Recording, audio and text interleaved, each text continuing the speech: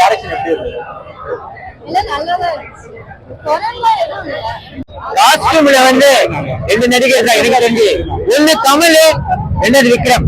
அவ்வளவுதான் சொல்ல முடியும். படம் வந்து ஒரு புடி மண்ணா போட்டு ஒரு நகையை விட்டு கொடுக்குறாரு. இன்னைக்கு சுதந்திர நாள், அனைவருக்கும் சுதந்திர தின நல்வாழ்த்துக்கள்.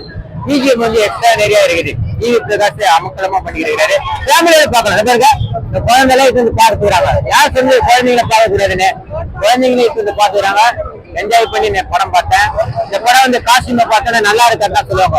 உண்மையிலேயே எனக்கு இது மாதிரி படம் தான் எனக்கு ரொம்ப பிடிக்கும். இது மாதிரி படம் தான் எனக்கு ரொம்ப பிடிக்கும். ஏன்னா அந்த உண்மையான அந்த பேச்சு, மலைவாழ் மக்கள் எப்படி பேசுவாங்கன்னு இதுல நம்மளா தெரியும். ஏன்னா இப்போ வந்து மெட்ராஸ் சிட்டில எப்படி பேசுறாங்கன்னு நமக்கு தெரியும். ஆனா அந்த மலைவாழ் மக்கள் அந்த பேச்சுலாம் வந்து ரஞ்சித் வந்து மெயினா நல்லா சாதிச்சிருக்கிறாரு. அதுதான் உண்மை. அதான் ஜி பிரகாஷ் சொல்ல தலைவர் ஜி பிரகாஷ் அருமையா இருக்கிறாரு. அந்த ஓப்பனிங்ல நல்லா இருக்குது. அந்த கான்ட்ரவர்சி ஃபைட் எல்லாம் நல்லா உண்மையிலேயே இருக்குது. அந்த கதாநாயகி புது முகம் அவங்க எல்லாம் மாதிரி எக்ஸ்ட்ரா ஃபைட் பண்ணாங்க. அந்த லேடிஸ் விக்ரமும் கூட அருமையா இருக்குது. பசுபதி சொல்லவே தெரியல, அவரு நல்லா நடிச்சுக்கிறாரு. அவர் பெருமாளே பெருமாளே பெருமாளே அவரு ஒரு நல்ல கேரக்டர்ல அவரு கொடுத்த கேரக்டர் நல்லா அழகா நடிச்சுக்கிறாரு. கண்டிப்பா இருக்கு, பாக்கலாம். கண்டிப்பா வந்து வேற லெவல்ல இருக்கு. நிறைய படம் பாத்துக்கோம். இது வேற லெவலா இருக்கு. நல்லா இருந்துச்சு. அவர் எப்பவுமே நல்லா ஃபண்டாஸ்டிக்கா கொடுப்பாரு. என்ன சொல்ல வந்திருக்காங்க அது எல்லாருக்கும் எல்லாமே நல்லா இருக்கு. நான் படம் பார்க்கணும், நான் ஃபேஸ் பார்க்கணும், நான் கண்ணு பார்க்கணும். அப்பதான் தெரியுது அவன் என்ன பேசுறாரு, என்ன ஃபீல் பண்றாரு. அந்த மாதிரி லோகேஷ் கங்கராஜ் பண்ற மாதிரி இது 60% டார்க்ல இருக்கு. விக்ரம் நல்லா நடிச்சிருக்காரு. விக்ரம் வெரி குட் ஆக்டர், நல்லா நடிச்சிருக்காரு. மீதி 95% யார் ஆக்ட் பண்ணாங்க, யார் ஆக்ட் பண்ணலன்னு ஒன்னும் தெரியும். டெக்னிக்கலி சொன்னேன் இல்லையா உங்களுக்கு, இருட்டுல யார் வர்றாங்க யார் போறாங்கன்னாலும் 60% தெரியாது. அப்ப எப்படி நீங்க டெக்னிக்கலி பெஸ்ட் பண்றீங்க? ரஞ்சித் சார் படம்னாலே வந்து அதெல்லாம் வருது. பசுபதி ஒரு பிராமின் கேரக்டர் மாதிரி வர்றாங்க. பட் பசுபதி கருப்பா இருக்காங்க. நார்மலி பிராமின் காட்டும் போது ஃபேர் ஸ்கின் காட்டுறாரு. இவர் ஒரு ஆப்பிரிக்கன் பிராமின் மாதிரி வர்றாங்க. அது கொஞ்சம் வித்தியாசமா இருக்கு. வித்தியாசம் இல்ல, அந்த கேரக்டர் வேஸ்ட். படத்துல ஏன் வர்றாங்கன்னு தெரியல. அந்த படம் அவர் சூப்பர் ஆக்டர், நல்லதா கூட நடிச்சிருக்கோம். படத்துல ஏன் வர்றாங்கன்னு தெரியல. கடைசியில விக்ரம் சைட்ல ஃப்ரெண்ட் ஆயிருக்கு. கொஞ்சம் லேக்கா இருக்குன்னு சொல்றாங்க படம். ஆமா,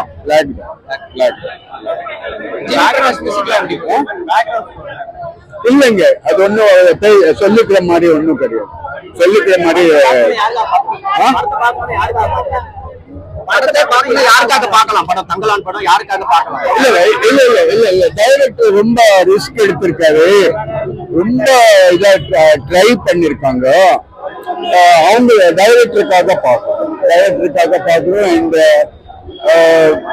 இந்த மாதிரி விக்ரம எல்லாரும் ரொமான்டிக் ஹீரோவா தான் பார்க்க விரும்புறாங்க கேர்ள்ஸ். இன்னைக்கு நான் பார்த்த ஷோல 99% எல்லாம் ஆம்பளைங்க. 4 பேரோ 3 பேரோ பெண்ணுங்க. அண்ட் விக்ரம் வேற ஜெனரேஷன். தங்கலான் வந்து பாத்தீங்கன்னா மிக்சடா எடுத்து வச்சிருக்காங்க. நீங்க ஹிஸ்டாரிக்கலாவும் போகணும், கொஞ்சம் மித்து ஃபிக்ஷன் எல்லாமே சேர்த்த மாதிரி எடுத்து வச்சிருக்காங்க. இந்த கதையை வந்து எப்படி நீங்க பாக்கணும்னா, ட்ரைபல் கம்யூனிட்டி அந்த காலத்துல அப்படியே ஒரு பல 100 இயர்ஸ் முன்னாடி போகணும். சோ அது முன்னாடி போனீங்கன்னா அப்ப எப்படி இருந்ததோ, முதல்ல அந்த தங்க வயலை எப்படி கண்டுபிடிக்கிறதுக்கு என்ன பாடுபட்டாங்களோ, நம்ம முன்னோர்கள் நம்மளோட மண்ணை எப்படி பாதுகாத்து பண்ணணும் அப்படிங்கறதோ அதை தான் எடுத்து வச்சிருக்காங்க. சோ இத வந்து எல்லாரும் எப்படி பாக்குறாங்க அப்படின்னு பாத்தீங்கன்னா, ஒரு என்டர்டைன்மெண்டா நீங்க வந்து பாக்குறீங்க அப்படின்னு சொன்னா சத்தியமா என்டர்டைன்மெண்டா இருக்காது. இல்ல ஜோக்ஸோ அந்த மாதிரிலாம் கிடையாது. ஜஸ்ட் ஒரு அந்த காலத்து தங்க வயல்ல கண்டுபிடிக்கும் போது எப்படி நடந்ததோ அதான் அப்படியே எடுத்து வச்சிருக்காங்க. கொஞ்சம் ஹிஸ்டரியும் நீங்க போய் பாத்தீங்கன்னா தான் இந்த படம் புரியும். கொஞ்சம் ஹிஸ்டரிய வந்து அவங்க கூகுள் பண்ணிட்டு அப்புறம் இங்க வந்தாங்கன்னா கொஞ்சம் ஹிஸ்டரி கலந்து இருக்கும், கொஞ்சம் மித்து கலந்து இருக்கும். சோ அப்ப உங்களுக்கு வந்து படத்தை பாக்குறதுக்கு கொஞ்சம் என்ஜாய்மெண்டா இருக்கும். அந்த படத்துக்குள்ளேயே நீங்க போயிடணும். அந்த கண்ணோட்டத்துக்குள்ளேயே ட்ரைபல் கம்யூனிட்டி அப்ப எப்படி இருந்ததோ அதுக்கு உள்ளே போயிடணும். சோ என்னோட இது என்ன அப்படின்னு பாத்தீங்கன்னா, விக்ரமோட ஆக்டிங்ல செம்மையா இருந்தது. நிறைய ஹார்ட் ஒர்க் பண்ணி நடிச்சிருக்காங்க. அவரோட வாக் ஆகட்டும், இல்ல ஃபைட் சீன் ஆகட்டும், அப்புறம் பிக்சரைசேஷன் ஆகட்டும், எடிட்டிங் ஆகட்டும், இதெல்லாம் நல்லா இருக்கு. அதெல்லாம் ஒன்றும் குறை சொல்றதுக்கு இல்லை. மற்றபடி வந்து அப்படியே ஹார்ட் கோரா இருக்கும். ரொம்ப என்ன ஒரு டென்ஸ் ஃபாரஸ்ட்னா எப்படி இருக்குமோ, அந்த ட்ரைபல் கம்யூனிட்டி எப்படி இருக்குமோ அதை அப்படியே எடுத்து வச்சிருக்காங்க. ஆனா உண்மையில பயங்கர ஹார்ட் ஒர்க் பண்ணி எடுத்திருக்காங்க. நீங்க அந்த சப்ஜெக்ட் ஓரியன்டா பிடிச்சிருக்குன்னா பாக்கலாம். மத்தபடி இதுல என்டர்டைன்மெண்டா பார்க்க வந்தீங்கன்னா ஒண்ணும் கிடையாது. மியூசிக் நல்லா தான் இருந்தது. மியூசிக் நல்லா இருந்தது. ஃபைட் சீன், அந்த எடிட்டிங்லாம் நல்லா இருந்தது. எடிட்டிங்லாம் வந்து பாக்குறதுக்கு அவ்வளவு ட்ரைபல் கம்யூனிட்டி இருந்தும் அதுல எடிட்டிங் வந்து பக்காவா கொடுத்துருக்கிறதுனால அந்த சீன்ஸை பாக்குறதுக்கு நல்லா நிறைய பேர் என்ஜாய் பண்ணி தான் பார்த்தாங்க. அதுல ஒன்றும் குறை சொல்றதுக்கு இல்லை.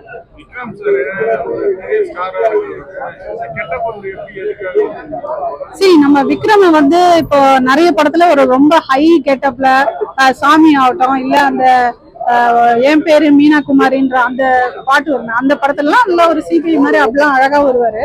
நீங்க அந்த நினைப்பெல்லாம் விட்டுட்டு ட்ரைபல் கம்யூனிட்டிய இது வரைக்கும் யாரும் பண்ணல, அவர் பண்ணியிருக்காரு. ஏன்னா இவரை தவிர இந்த கேரக்டர் எல்லாம் உள்ள வாங்கி பண்றதுக்கு யாரும் இப்போதைக்கு இல்லை. ஆனா ஹெவி ஹார்ட் ஒர்க்குங்க. அது உண்மையில பார்த்தா எனக்கே கஷ்டமா இருக்கு. லேடிஸ் கூட அதுல அவ்வளவு பாடுபட்டு இருக்காங்க. அதான் சொல்றேன், லேடிஸ் வந்து இப்ப பிளவுஸே போடாத ஒரு காலகட்டம் இருக்கும்ல, ஒரு வெறும் புடவை மட்டும் கட்டி இருப்பாங்க. சோ அந்த காலகட்டத்துல நீங்க போய் அந்த காலகட்டத்துல இருந்து நீங்க பாக்கணும். இதுல கடைசியா இந்த பிரிட்டிஷ்காரன்ட்டு இருந்து பழகிட்டு விக்ரம் வந்து நிறைய பேருக்கு பிளவுஸ் எல்லாம் எடுத்துட்டு வந்து கொடுப்பாரு. சோ அந்த கம்யூனிட்டியே எப்படி இருக்கோ அந்த மாதிரி எடுத்து வச்சிருக்காங்க. அப்ப என்ன இருக்கோ அதை அப்படியே எடுத்து வச்சிருக்காங்க. ஃபேமிலியோட பாக்கலாம். இங்க ஒன்னும் no A content, nothing. But ஒரே ஒரு டைலாக் மட்டும் கொஞ்சம் ஒரு மாதிரி இருக்கும். அது மட்டும் கொஞ்சம் ஏல இருக்கும். அவர் அந்த பிளவுஸ கொடுக்கும் போது எல்லாருக்கும் லேடிஸ் கொடுப்பாங்க. அவர் ஒய்ஃப் கிட்ட பேசுற அந்த சீன்ல மட்டும் ஆனா எல்லாரும் என்ஜாய் பண்ணாங்க. அது மட்டும் கொஞ்சம் ஏவா இருக்கும். அது ஒன்றும் பெருசா இதுவான்னு சொல்ல முடியாது. பிளஸ்ன்னு பாத்தீங்கன்னா பிக்சரைசேஷன் பிளஸ்ங்க. எடுத்த விடம் கேமராமேனை நான் பாராட்டியே ஆகும். பயங்கர டஃப்பான ஒரு இது. சோ அந்த இதுல எடுத்திருக்காங்க பாத்தீங்கன்னா. கேஜிஎஃபோட கம்பேர் பண்ணக்கூடாது எப்பயுமே. என்னை பொறுத்த வரைக்கும் ஒரு படத்தோட இன்னொரு படத்தோட கம்பேர் பண்றது நல்லதுக்கே இல்லை. ஏன்னா அந்த கான்செப்ட் வேற, இந்த கான்செப்ட் வேற. அதை புரிஞ்சுக்கிட்டு அந்தந்த கான்செப்ட அந்தந்த கான்செப்டோட தான் பார்க்கணும். இது வந்து இந்த சோழர் காலத்திலயும் எப்படி ராஜா காலத்துல எப்படி எல்லாம் பாடுபட்டு இந்த மண்ணை காப்பாத்தினாங்க, நம்ம மண்ணை காக்கணும்ன்றதா பினிஷிங்கா குடுக்குறாங்க. அதைதான் எடுத்திருக்காங்க. பட் அதைதான் அங்க நெகட்டிவா சொல்லிட்டு இருக்காரு. அவர் நெகட்டிவா சொல்றதெல்லாம் கேட்டீங்கன்னா இந்த சப்ஜெக்ட் பிடிக்காது. பாசிட்டிவா ஹிஸ்டரிய படிச்சுட்டு கூகுள் பண்ணிட்டு அப்படி பாத்தீங்கன்னா உங்களுக்கு நல்லா இருக்கும். இதுல அரசியல்லாம் கிடையாது. Just Kolar Thangavelu tribal community வச்சு எடுத்திருக்காங்க, அவ்வளவுதான். இதுல அரசியல்லாம் எதுவுமே கிடையாது. அப்புறம் பினிஷிங்ல வந்து எப்படி வந்து எத்தனை பேர் ஒர்க் பண்ணிருக்காங்க, எப்படி எல்லாம் ஒர்க் பண்ணாங்கன்றது ஒரு ஸ்லைடு வரும். சோ அதுதான். மத்தபடி நீங்க அந்த சப்ஜெக்ட் ஓரியன்டா பாத்தீங்கன்னா உங்களுக்கு பிடிக்கும். மத்தபடி நீங்க என்டர்டைன்மெண்ட் இன்னைக்கு ஒரு படம் பார்க்கணும், நல்லா என்ஜாய் பண்ணணும்னு நினைச்சு வந்தீங்கன்னா அப்படியெல்லாம் உங்களுக்கு எதுவும் கிடைக்காது. இந்த ட்ரைபல் கம்யூனிட்டியோட உள்ள போய் பாத்தீங்கன்னா மட்டும்தான் உங்களுக்கு பிடிக்கும். அப்படி பாத்தீங்கன்னா பிடிக்கும்.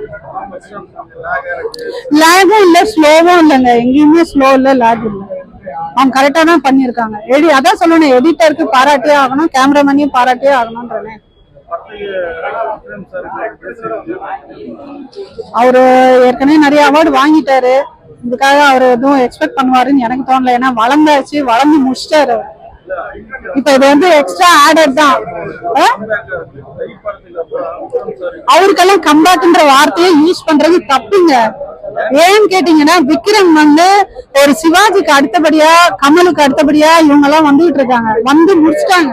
வந்து ஒரு என்ன சொல்றது, நடிப்புக்கு ஒரு இலக்கணம்னா சிவாஜிக்கு அடுத்தபடியே இன்னைக்கு விக்ரம் தான் இருக்காரு. எவ்வளவு ஹார்ட் ஒர்க்னாலும் உயிரை கொடுத்து நடிக்கிறதுக்கு விக்ரம் தயாரா இருக்காரு.